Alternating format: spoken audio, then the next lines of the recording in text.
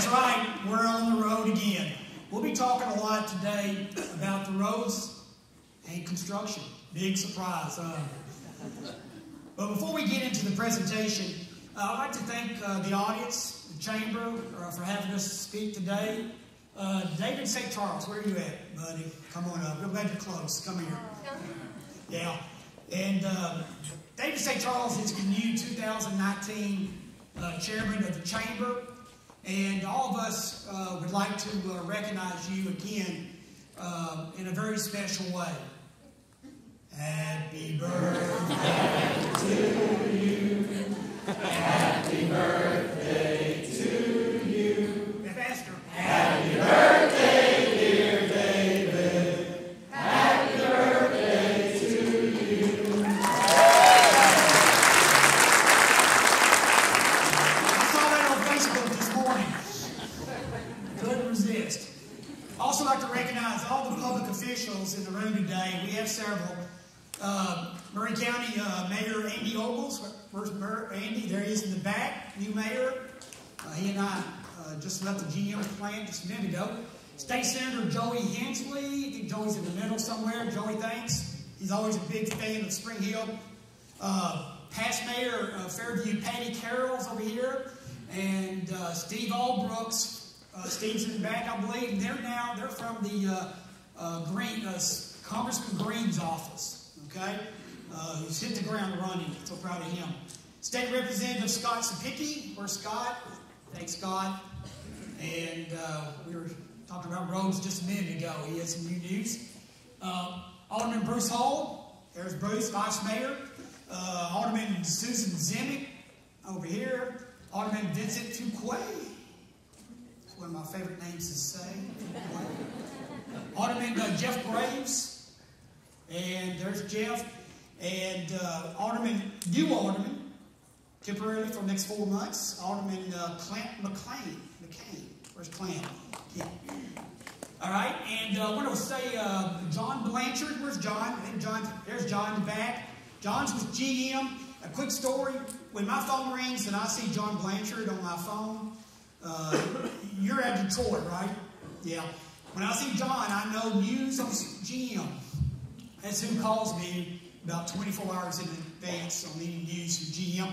We just left the plant a minute ago. The governor was here. They announced the XT6, which is going to be so nice, made here in Spring Hill. Another big investment. Told the governor, get used to it. It's going to be here. And also, where's Ashley? Ashley, future president of the United States. That's an inside joke. She sent us a list of people who's going to be here and put herself in there. So, I had to say it. There you go. And I'd also like to thank probably the most important person in this room, and that's my wife. She knows. Ooh, Bob, hold it up. My wife, Lisa.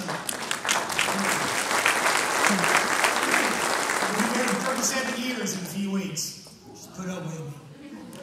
I'd like to take a moment and say a few words about Vice Mayor. Stand up. You knew you couldn't. Stand up.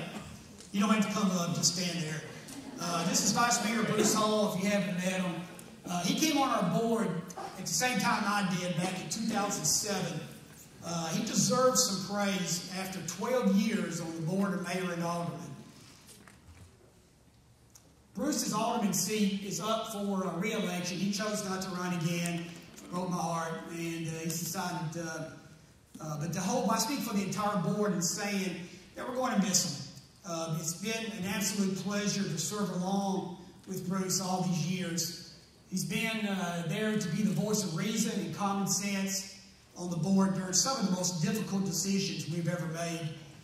Bruce is not political, but rather a public servant. What I'm saying is Bruce got into politics for all the right reasons, because he cares about his community, and he truly wants to give back by doing his best for Spring Hill and make it, of course, a better place for all of us to live. And I think he did that. Bruce is steady and consistent. He's always been there to do his part for the city. So I think we owe Bruce a big applause to show him our appreciation.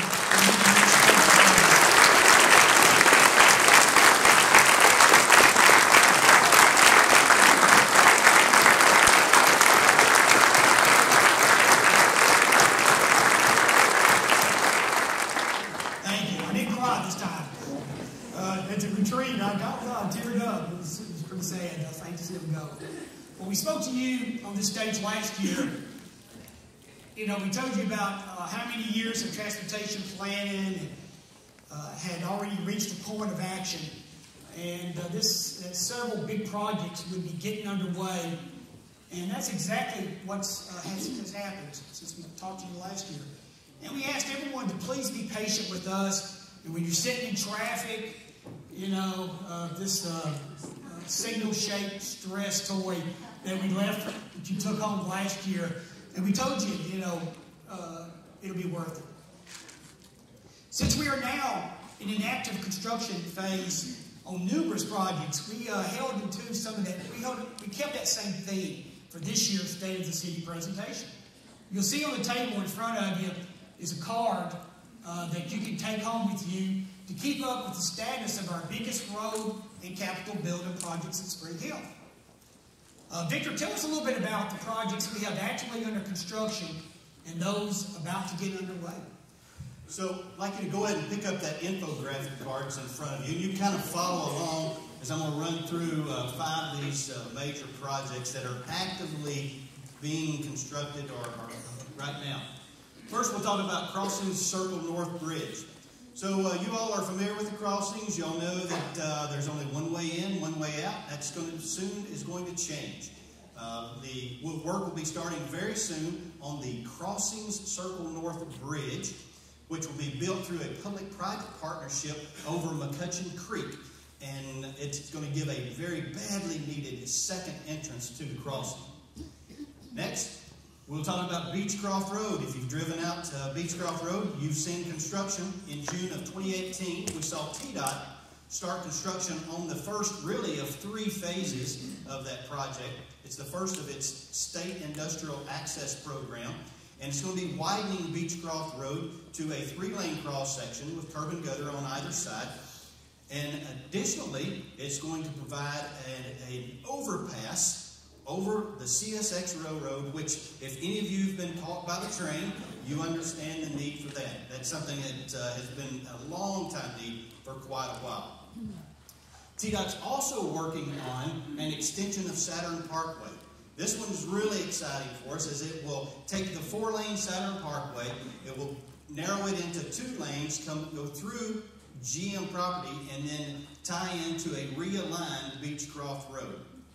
And then, of course, I'm sure all of you are familiar with Duplex Road. If you haven't been in Spring Hill long. We've had a lot of construction going on in Duplex Road. It started in a great way in 2017. And I know all of you have seen cones and barrels, and you've been shifted from one side to the other and over hills. It's going to be a great facility when it's complete. It'll be a 3-lane road. It'll have curb and gutter. It'll have a 5-foot sidewalk on the south side and a 9-foot walking path, multi-use path on the north side. It's also kind of a safety project in that you've already seen, a lot of the tops of the hills are going to be cut down. A lot of those severe curves are taken out, vertical curves. So it'll be a much safer route. Then lastly, that picture is not really indicative of it as well as if you've ever tried to make a left turn on the Port Royal Road from the Saturn ramps. Yeah, even I found that's not my normal commute, but even in the middle of the day, it's a challenge. And a lot of people will hang a right, go down to Derryberry Lane and do a U-turn and come back just to go the other direction. Well, good news, next month, TDOT lets bids for traffic signals at both those intersections. That is the #1 project asked about on our social media pages. So we are very excited, and we've constantly stayed with TDOT over probably the last year, just continue saying, hey, are we on target this time? Because the project had slipped a little bit. Is it going to happen? Is it going to happen? They assure us it's going to happen. So. Wow, that's a lot of construction happening all at once. It's going to be trying for all of us as we navigate through all these orange cones and orange barrels. I like orange. But please, just remember, it'll all be worth it in the end. And this is a good problem to have. It's what comes with growth and progress. On that note, Victor, let's talk some about the progress we had with transportation this past year. So we were able to complete a few projects this last year. Here's a list of them. Maybe you can read it. I'll kind of run through it a little bit. We all know that getting a road project to construction takes a long time. And so it's nice to see a few incremental improvements along the way. And we had a few in 2018. We installed a traffic signal at Thompson Stations Road and Buckner Lane Road. We installed a new northbound right turn lane on US 31 at Commonwealth Drive. We repaved 4.5 miles of local city streets as a part of our annual paving contract. We funded three new sidewalk projects as a part of our neighborhood sidewalk program. And then we also, per our request, contacted TDOT, and TDOT added about a half mile of that safety cable barrier on I-65 near the Saturn Parkway exit.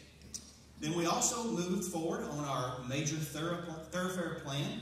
That's been working the consultant folk. It's actually here in the room today. And we expect that will be adopted in the next few months. And the big one, we received a $25 million grant for the interchange at I-65. How long have we been talking about an interchange at I-65? I know at least for 5 years that I've been actively saying that's what we wanted to do it. We've been going through the processes. We hired a consultant to write the grant for us. We applied for it.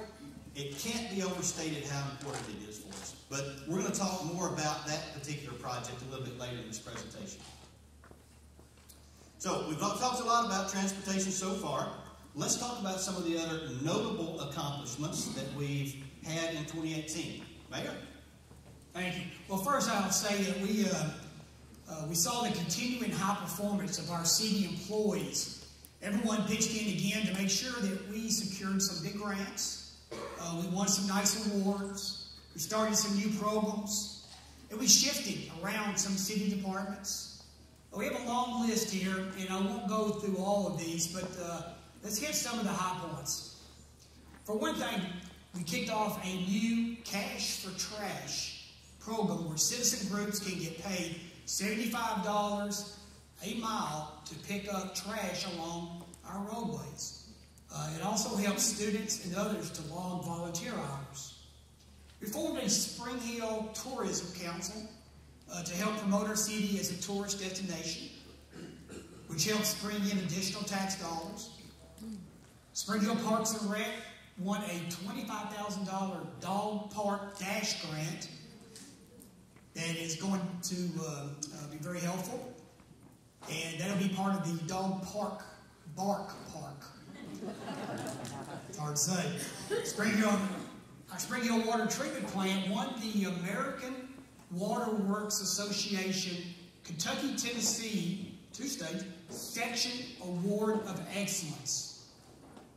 At the library, Marcia Gallardo has been our children's librarian since 2006. We was awarded the 2018 Daniel Taylor Memorial Award by the Tennessee Library Association. Our BOMA approved the Unified Development Code, which is a consolidated book of development regulations that was nearly 2 years in the making. A lot of hard work went into that document. We just recently consolidated our city's emergency dispatch with the Williamson County's Department of Emergency Communications, which will be a cost savings for the city and should ultimately result in improved response times. And as of December 26, 2018, just a few weeks ago, the Building Codes and Planning and Zoning Departments became the first city department to move from City Hall to the Northfield complex. Those are some great things to be really proud of for 2018. It was another great year. On that note, I want to stop just a minute and say a thank you, a very heartfelt thank you to all of the city employees, because they're the ones that made it.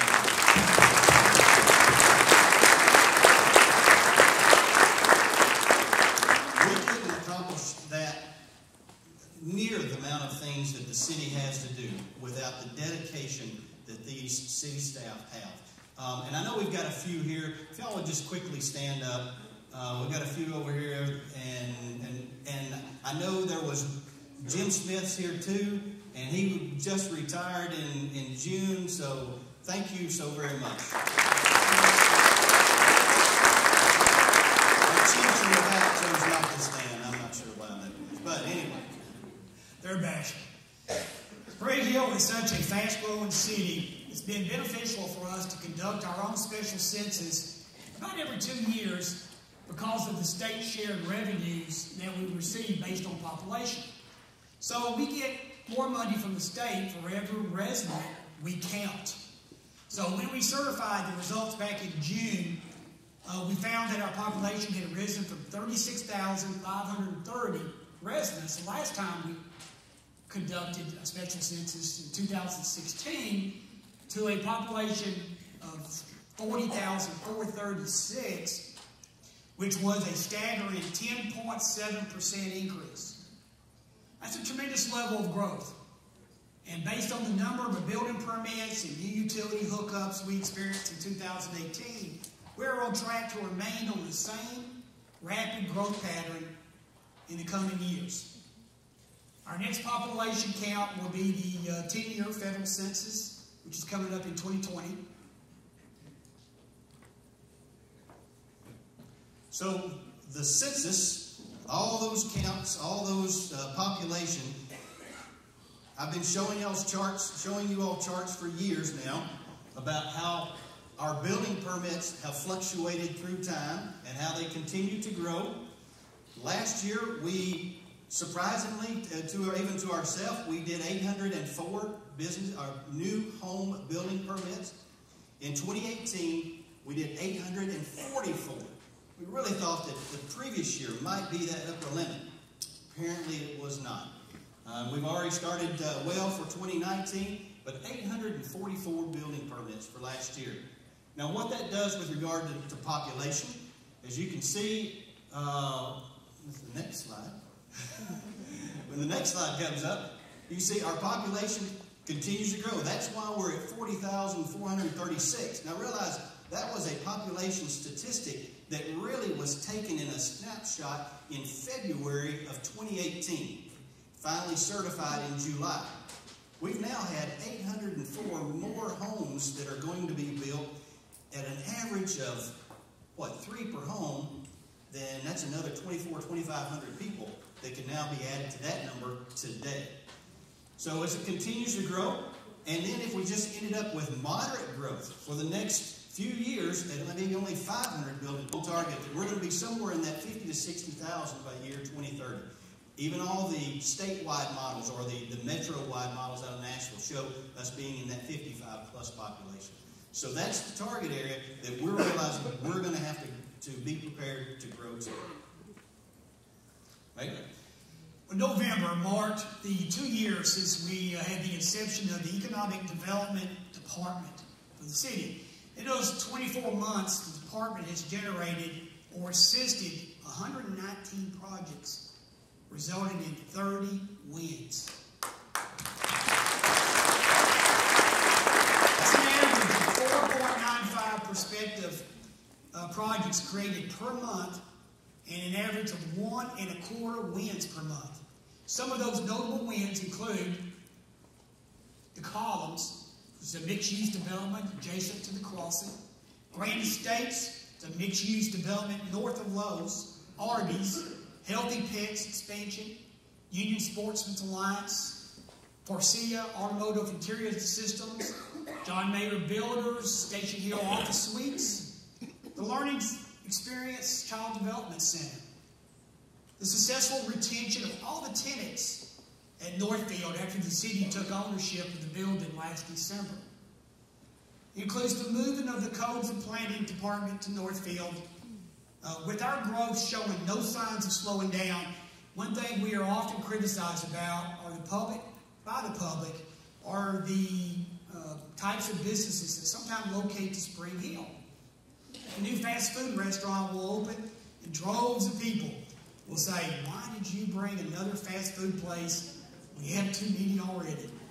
You know, we want citizens to understand that as long as a business fits with the proper zoning and follows our planning process, we don't control people's right in a free market to develop their private property or open a business of their choice. It's not a matter if we like it or not. They come on their own accord.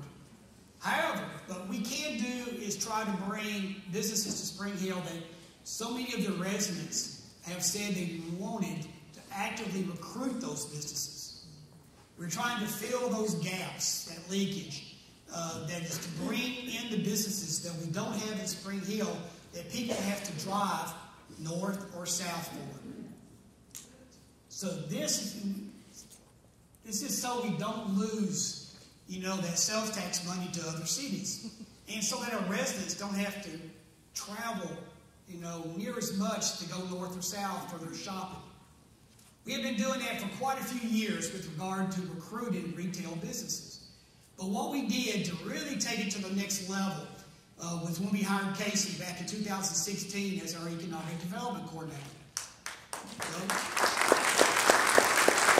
Casey recruits, to try to find that leakage, those gaps that we don't have in our community. And that could be the big commercial office space, some industrial, or trying to land larger and higher paying jobs and employers. Of course, Casey does more than just talking to developers and business owners.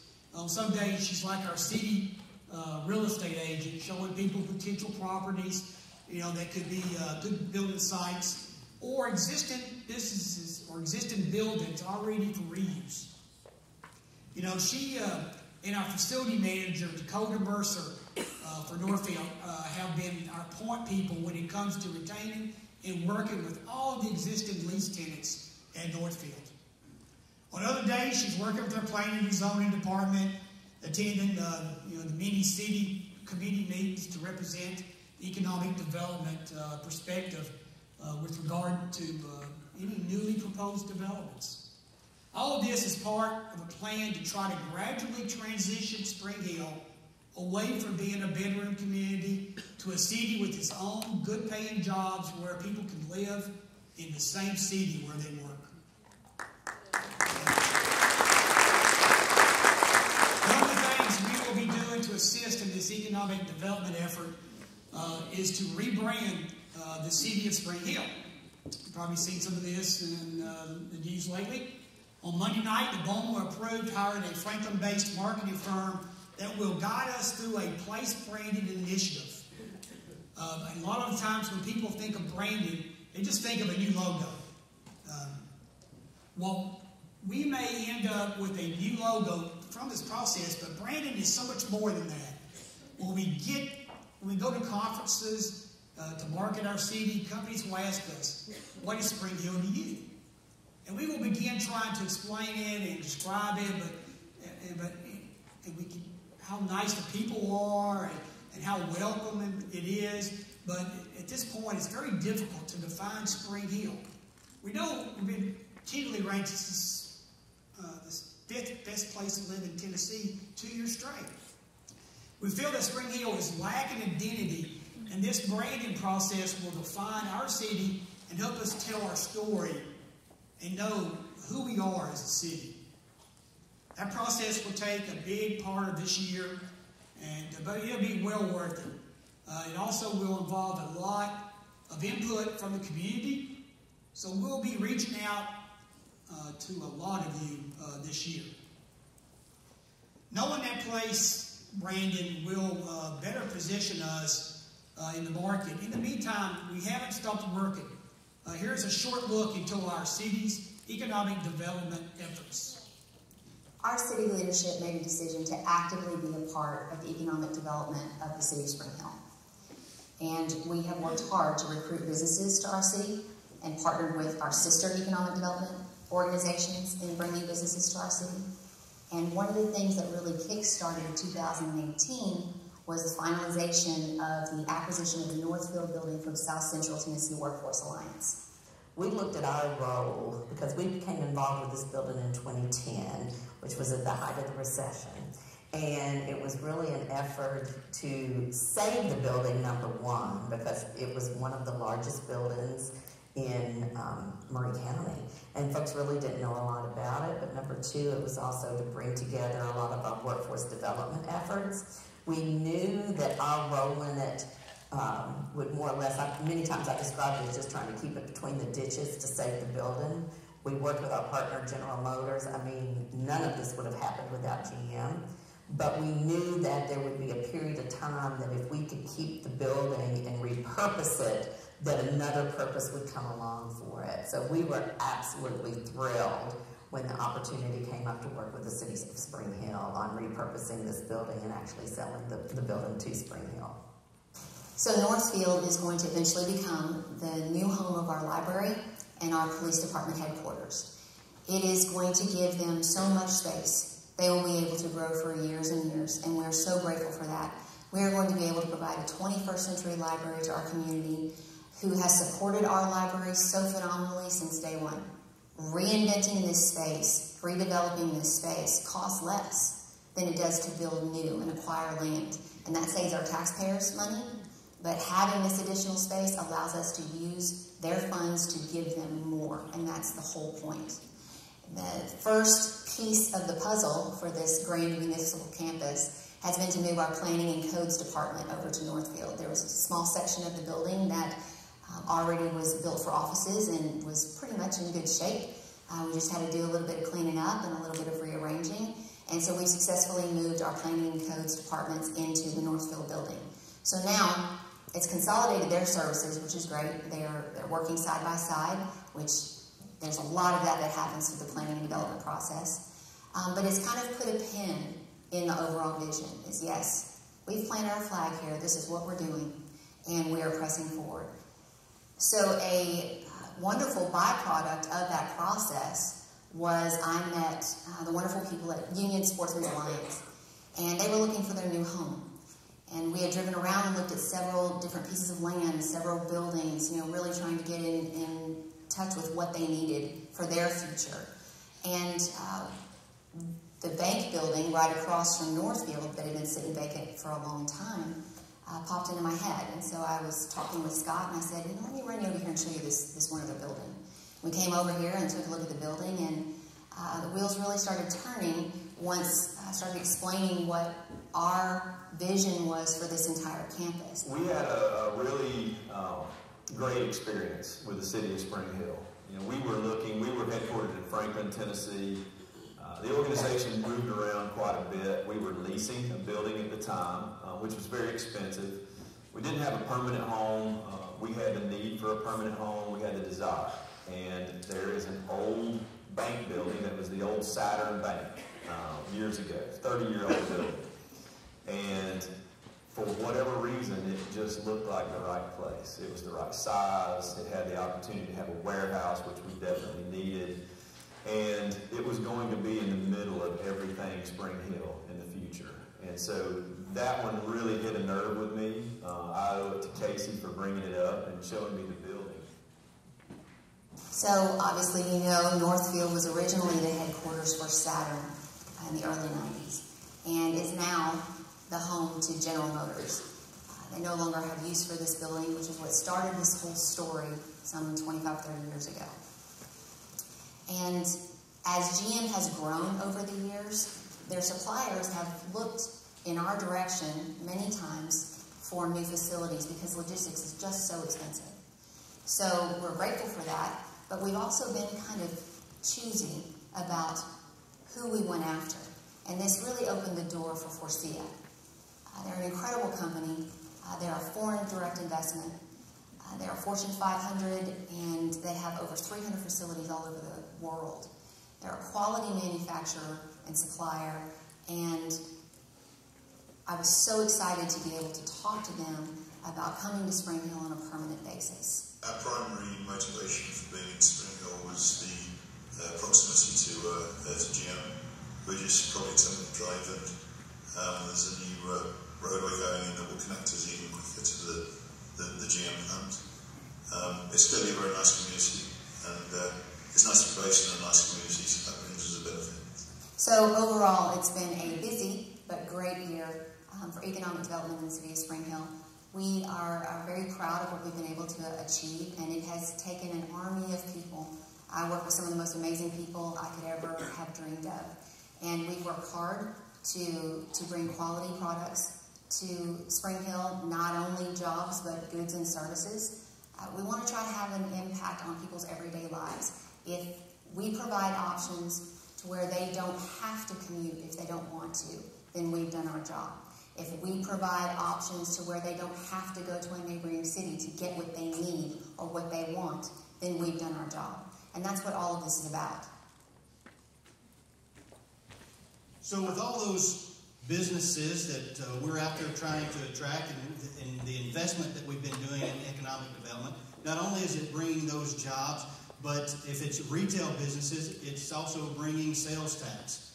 And when you look at our sales tax, this is a chart. You've seen it in a different form in years past, but when you look at it this way, it really reflects what it is. It's the heartbeat of the city, because that tells us how well we're doing year after year after year. And you can see back from July of 05 all the way up to this year, our economy has continued to grow and grow and grow based on just sales tax generation. If you look at the top, which is the combined line, the red line is Williamson, the blue line is Murray, the gray line at the top are those two combined. And when you look at that, what we can tell from that is how we're doing year over year. The peaks are the Christmas sales, and we're waiting anxiously next month to see what those Christmas sales will be for this past year. What we do know is just looking at the last 6 months, our sales tax generation is up $400,000 over the same period last year. So that's pretty significant. It's a 13.7% increase over last year. So I'm very excited about what that Christmas sales look like. The next slide is actually the sales tax that we received from the state of Tennessee. And so it's kind of the state's heartbeat. Notice the curve isn't quite as steep as our area, because our area is growing crazy. It's not growing that fast across the state, but it is growing. And you can tell the state's doing pretty well across the state, so that cities like Spring Hill still are getting a little bit more every year. Those numbers are up as well. So we're pretty excited about where we're going. Mary, you want to tell them about some of our upcoming projects? Sure. Now I'd like to talk a little bit about what I think is the most exciting part of this presentation, and that's the many projects that we have planned that are on our horizon. Before we get into transportation, everyone's favorite subject, let me first talk about some other city capital building projects. We revealed in June that the concept design for what will be the new Spring Hill Library at Northfield. The library will be expanded from the current 17,000 square foot building into a 41,000 square foot of renovated space. Renovations are on track to begin this spring and is expected to be finished by early 2020. Also, we will construct a new police headquarters on the opposite end of Northfield. Our police currently functions out of a leased office space over on Royal Park Boulevard, and they have outgrown that space. That renovation work should begin later this year and is expected to be finished by late 2020. One of the things we have put a lot of money into over the years is expanding our water infrastructure. As we continue to gain population, we are going to have to do it again. Our water treatment plant will need to be expanded from its current capacity of 4.5 million gallons per day to 6 million gallons per day. Construction on that project is anticipated in roughly 2 years. The same is true for our wastewater treatment plant. Every day, there are more toilets flushing and more showers running. The sewer plant will need to be expanded to process and release a much greater capacity. We've already have gotten underway with the consultant work to conduct a water quality study on Rutherford Creek, where the plant's treated effluent is released. That's the first step of construction on this project, and it's still 3 to 4 years away. We have a project plan that will extend the existing Harvey Park Greenway Trail, and even better news is that we have a grant that will cover $600,000 of that pre-construction cost. Construction on that Greenway project is anticipated in 3 years.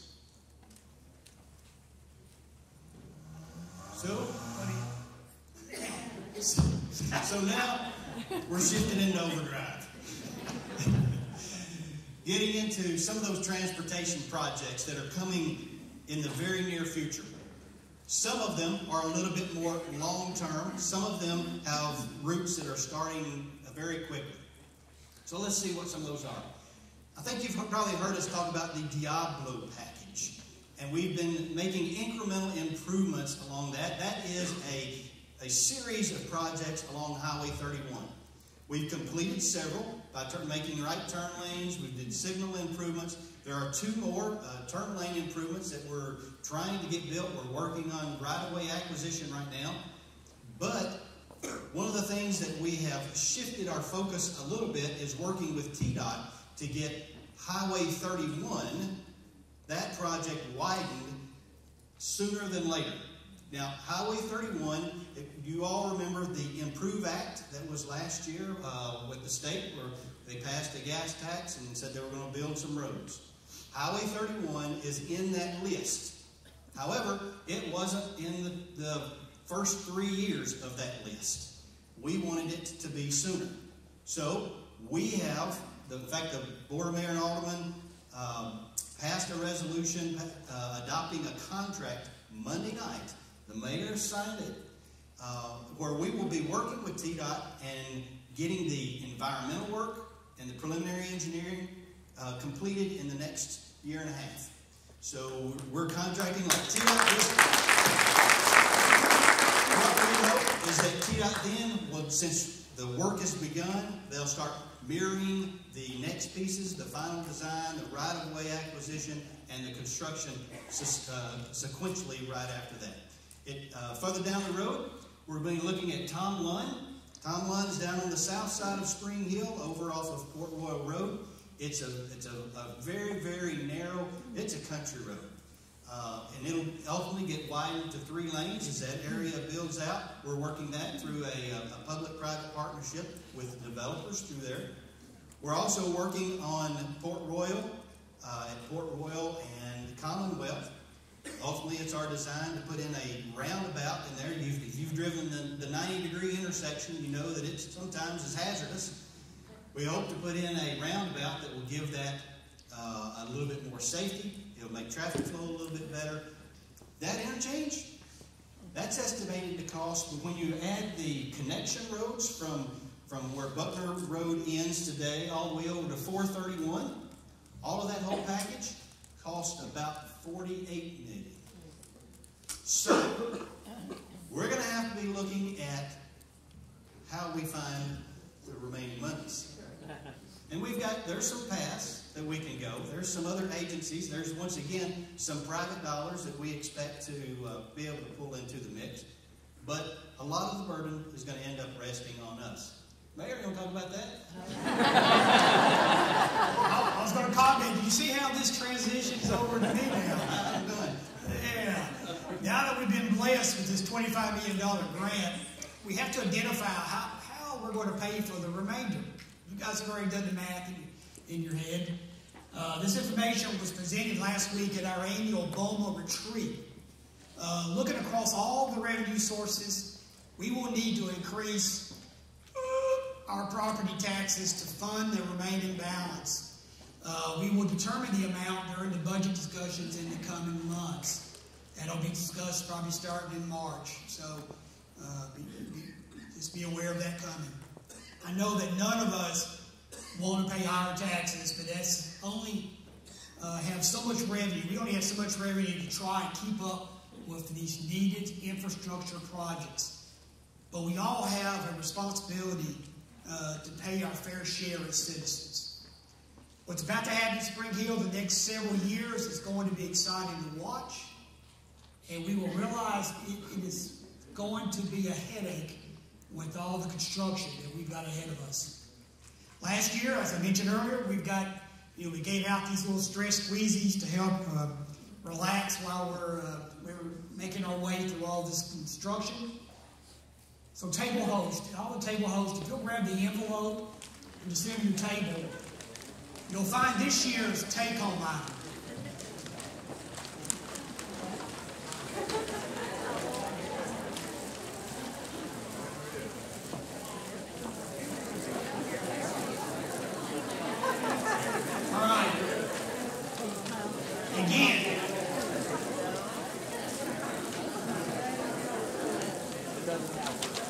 Again, this is to remind us all to stop and take a deep breath. Stop and take a deep breath, and remember, it'll be worth it.